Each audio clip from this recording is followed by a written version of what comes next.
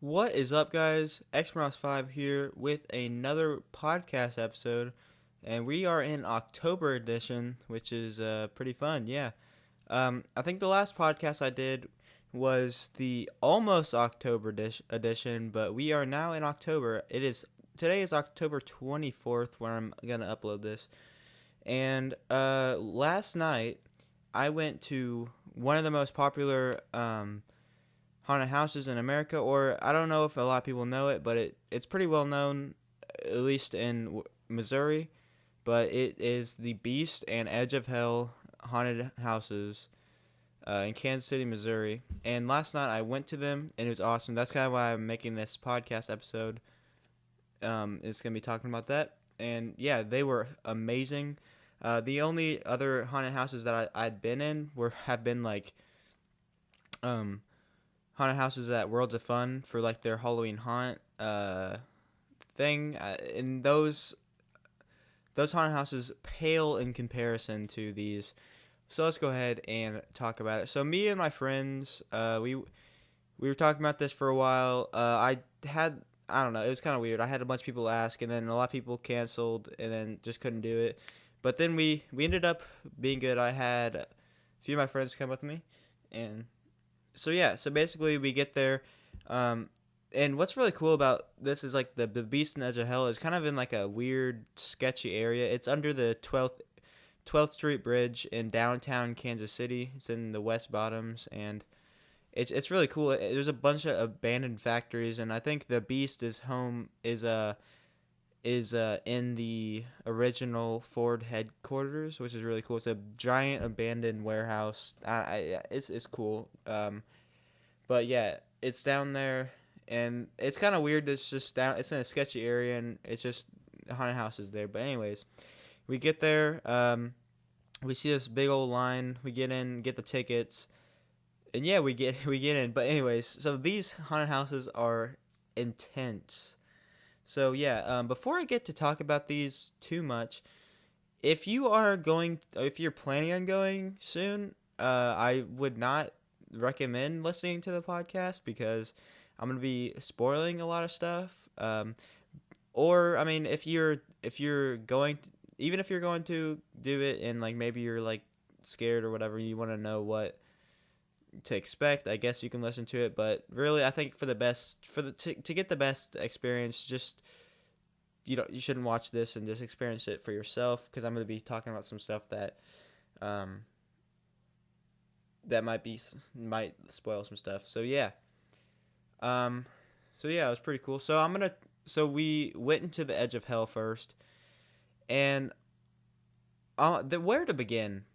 It's oh my gosh, it's just insane. Um so basically, so Edge of Hell, I'm gonna start by we went into the Beast and Edge of Hell, which they have the combo tickets for like $50. So yeah, that's pretty good. But we went into the Edge of Hell first, and uh, yeah, it's really cool. It's like a giant building. Um, the Edge of Hell is crazy. There's like so much stuff, and you just be ready to like you are gonna be touched by some stuff. And one of the things I want to talk about is the animatronics because this is like the number one thing that scared me half to death. Like, oh my gosh, the scare actors like they startled me a little bit, but it was the animatronics that were like the icing on the cake. They just oh my gosh, they're huge. In the Edge of Hell, there's this animatronic that I don't remember if it's like a wolf or a hog or something. It's just a giant head, and you walk in the room and all of a sudden the strobe lights go off and this really loud sounds, and it like just comes out, and I was like I was it scared me and I was like okay, I just go around it, but then all of a sudden it kind of comes out and hits me on the side and like pushes me forward a little bit, which I was really surprised by that. Like it really freaked me out because it just like I was not expecting it to hit me. But yeah, these animatronics are huge. um, the first animatronic that you see, there's a lot of them in the haunted houses, which are great because that's like the scariest part of them, in my opinion. But there's a lot of them around. They're really big in the first room.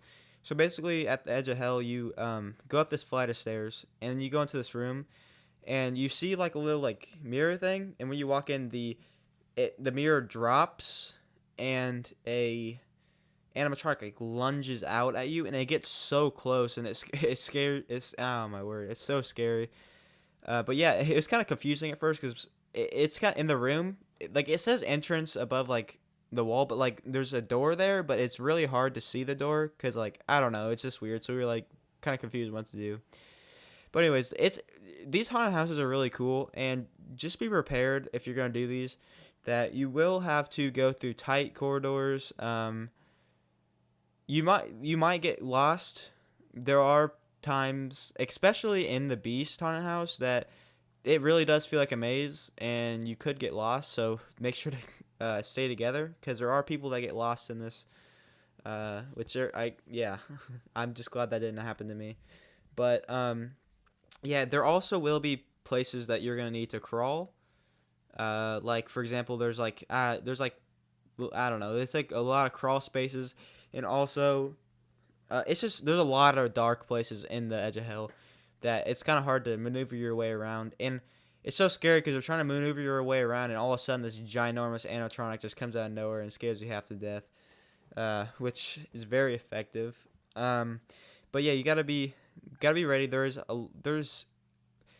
the floor. It's so weird. Like you'll go on slopes and stuff. You'll walk up slopes, and you just don't see them coming because it's so dark. Sometimes there's stairs, which they don't they don't do the best job of like kind of alerting you when there's stairs. So yeah, be careful about that. It's kind of hard to maneuver around. You're gonna have to go up these slopes and stuff, and it's just so weird. Some of like the ground's uneven and stuff, and yeah, you gotta go through crawl spaces. There's also like there's like slides. One of the cool things about the Edge of Hell is towards or at the end of it, there's a 4-story slide that you go down, which is pretty cool. I didn't get to have the best experience on the slide because they give you this piece of like paper cloth or whatever, or this piece of sheet paper. I don't know. And you're supposed to sit on it, and it'll help you go down really fast. But whenever I went down, my sheet paper just I don't know what happened. It just like I just lost it, and so I was like going down pretty slow. So I kind of had to push myself along, but it's still really fun. Uh, yeah. So I think out of the two haunted houses, my favorite one was the Beast. The Edge of Hell is so cool, but there is a lot of places that you're just kind of walking around in the dark, and that is good as well because like that's whenever you feel most vulnerable, and that's when they could scare you. But also, there's just a lot of places in the dark. The thing that I really liked about the Beast is it felt more like a maze, right? And the Beast had much more theming, in my opinion. I just liked it a lot more because it had a lot more theming. There's different parts in the Beast. There is the I'm not saying these in order, but I'm just kind of talking about. There's a Louisiana swamp. You go into a Louisiana swamp, where they actually have. I'll talk about this later, but anyways, you go into a Louisiana swamp. You go into like the werewolf forest. You go into like London, like Jack the Ripper times, I guess. And then you go into like medieval stuff. It's pretty cool. Like in the medieval part, there's like a lot of mazes, and I don't know. It's so crazy. And one of the coolest things, like I said, the best things in my opinion about these haunted houses are the animatronics. And I think in the Beast the Beast has the best animatronics. I think they have more animatronics, and the animatronics they have are humongous. And when I mean huge, I'm gonna show you a clip real quick of one of the animatronics that they have, and this one scared me. Like, okay, all of these animatronics scared me half to death. A lot. It's kind of funny because some of these animatronics like weren't the biggest, but like just the noise was so loud to make you think it was huge, and like the strobe lights and stuff. But this one was huge. Like it scared me half to death, and I'll show you a clip real quick.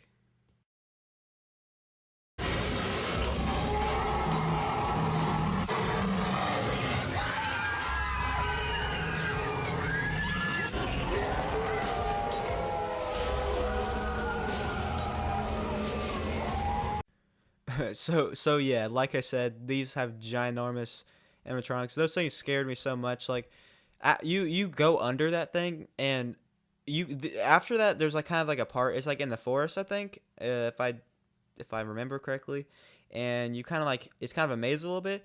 And I made sure that I did not go the wrong way and go back to that animatronic, because that thing was humongous and it scared me half to death. Oh my gosh. That was crazy. As you saw in the clip, that thing is humongous and it just comes lunging down. And a lot of them, like, they're not just big animatronics where they just like stand in place. These things lunge at you, which, oh my gosh, it obviously increases the scare factor because it's like coming right at you. Um, and even it doesn't even have to be the biggest animatronic to scare you.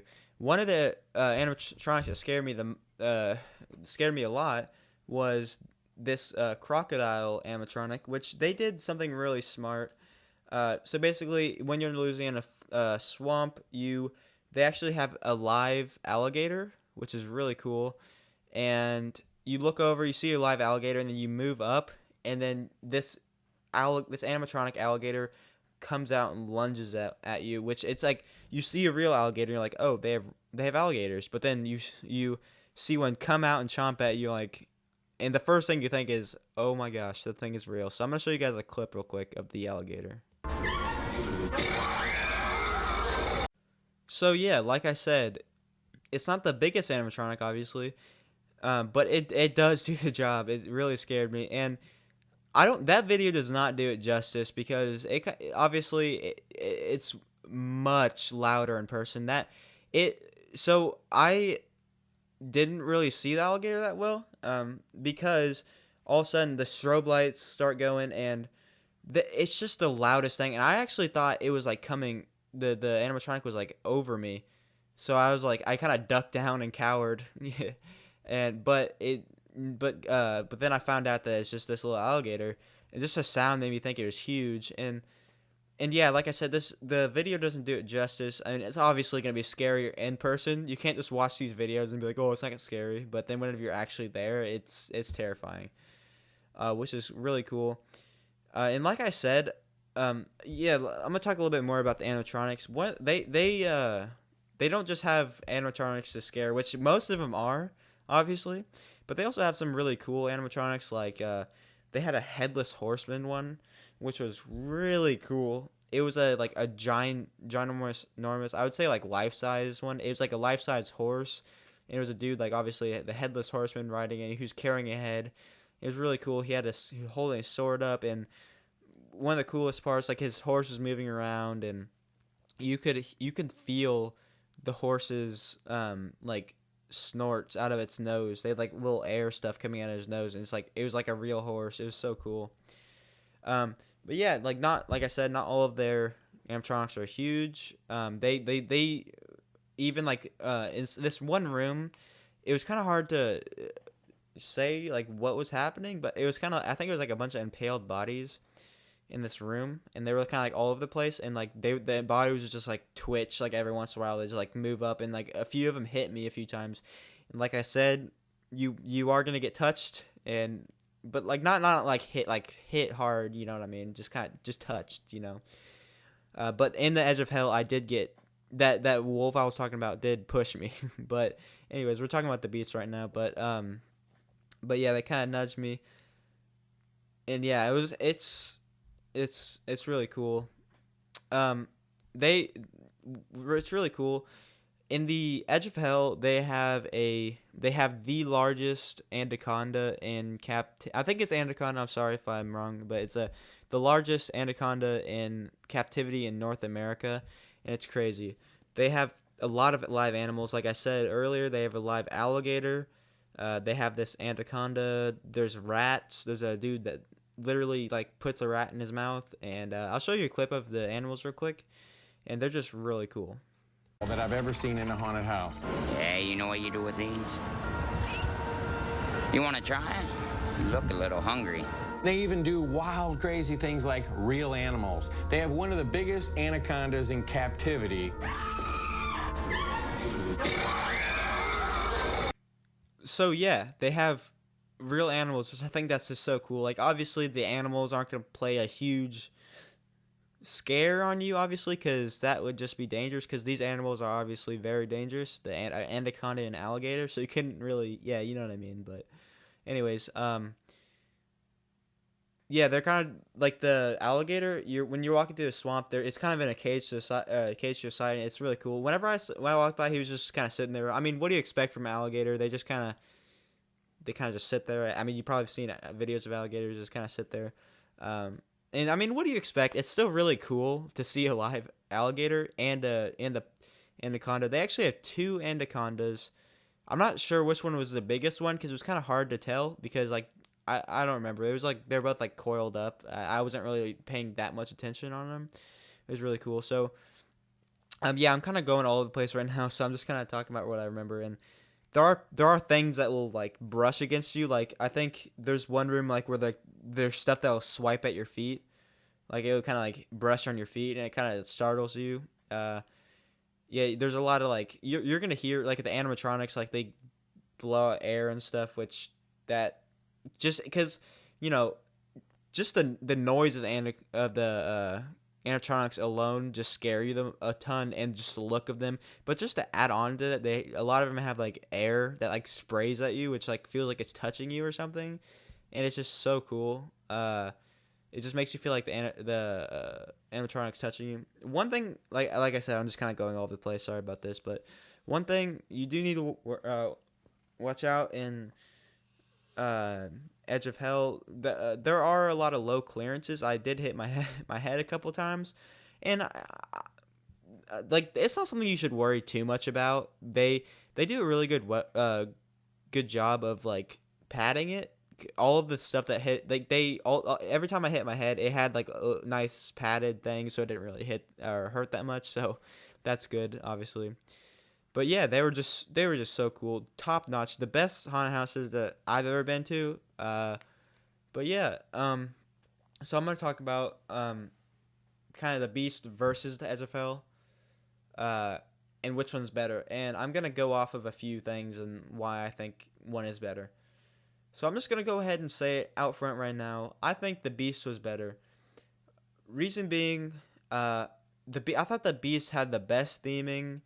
Uh, there's so much stuff like theming that went into it, and I just really think that's cool. They had I don't know. There's like this one scene that really I thought it was I don't know. Just every scene makes you feel like you're in the environment that they want you to be in, which is really cool. Um, I kind of oh yeah, and one more thing I forgot about the Beast is the Beast also does have slides. They have two slides, and I honestly think these slides were much better than the 4-story slide on Edge of Hell. And that's maybe it's just because I actually had the paper under me when I went down, but these slides you went zooming down it. Like I felt like I was going like really fast. It was awesome. Yeah, I was zooming down these slides. Yeah, it was fun. But anyways, so yeah, I love the theming of the haunted house, and like I said in the Beast, they have like the swamp, the London part, and like the forest, and they do a really good job of transitioning through different themes. So it's not just like you go into the forest, but then all of a sudden you're in the swamp. They do a good job of transitioning it. Like for example, I think one of the first areas that you go in once you go up the stairs and the Beast is you you go you're in the swamp, and then you go down this slide, and then you're in London. So it's not like it doesn't feel weird or out of place. It's kind of like, oh, it feels like you're transformed into another place, which is really cool. Um, shoot, I'm sorry, I'm kind of losing my train of thought. But yeah, there's so much stuff I want to say about the Beast that I'm probably gonna forget. But it's just the Beast was so cool. Um, yeah, they did a really great job of theming. Uh, that's so I'm talking about theming right now, obviously. And what I'm talking about the Beast. Now I'm gonna transfer over to Edge of Hell, and I'm gonna basically say why I thought the Beast was better, and also why I think Edge of Hell was great as well. Edge of Hell, it a lot of times, like I said, you're going through dark places and not a whole lot of theming, but then every once in a while you'll go into this big like room, and it kind of sort of feels out of place, but not really. It's kind of hard to tell because you're obviously in a dark place, so you don't really get a good sense of like what's happening. And just to remind you guys, both haunted houses, they have a lot of stairs and stuff. Just it kind of came up to me. Sorry, just kind of forgot to talk about it. But in the Edge of Hell, the main theme is I think you start off in hell and you just work your way up. You just like keep on going up like stairs and stuff. You just keep on going up, and then at the end you are in heaven. Yeah, you're in heaven, and it's really cool. There's one part where they like give you these glasses, like 3D glasses, and like they have these cool effects. But anyways, you're in heaven at the top, and then when you're at the top, you go down the slide, and then you're like back into hell, I guess, and then that's the end of it. And the reason it's really good theme. I thought Edge of Hell was really cool, but the reason I'm giving the Beast this one is because the theming was more consistent, and like there wasn't too much like areas where it's just dark and there's nothing there. You knew like what place you were in. Like they were like if we were in the swamp, you knew you were in the swamp. If you were in London, you knew you were in London. It's pretty cool. They did a really good job of that. The Beast or the Edge of Hell was much darker. Like in the lighting wise, like even the places where it's themed, it's kind of hard to see around. The Beast had a little bit more lighting, so you can like see like where you're at, and just a little bit more lighting does not take away from the scare factor at all. I actually thought that the Beast was much scarier. Well, I don't want to say much scarier. I thought they were pretty equal, but I think the Beast just has that slight edge over Edge of Hell. So yeah, I thought basically the theming is the main thing that I think the Beast is better at. So basically what I'm saying, what I would recommend is getting the combo tickets, because I think it's a pretty good deal, I guess. It's 50 I think $50 to get in both of them. But yeah, so that's what I would say you do to get the combo tickets. But if you were to pick one, I would probably say the Beast, because like just what I just went over. And so yeah, I kind of bullet points I'm talking about. So I talked about the animatronics were amazing. One of my favorite things. The animals were insane. Like I said, they have live animals, which were really cool. Which was really cool. Sorry, I got bad grammar. You could tell they put a lot of money and just time into this, because when you think of animatronics, you think of like they're super expensive, and they are, and you think they're just gonna have a few of them, but my goodness, they have so much animatronics in the Beast. Like even like it's like it doesn't have to be the biggest animatronic, like I said, like just the alligator, and like sometimes you would see something pop out of the wall, and like, it's not the biggest thing, but it does the job. It's awesome, and it's I think it's perfect. It's like I also the music and the setting and the music in the haunted house really sets the tone, which is awesome. Which you don't really need music, but the music really does help.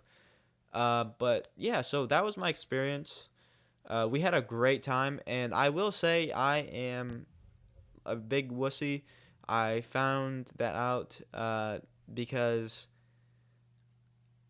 I went in front on the Beast, and literally whenever like some of the animatronics came out at me, I was like, oh my gosh, I cannot do this. And literally I just like ducked down and like covered my head. I'm like, oh my gosh, and just waited for it to be over.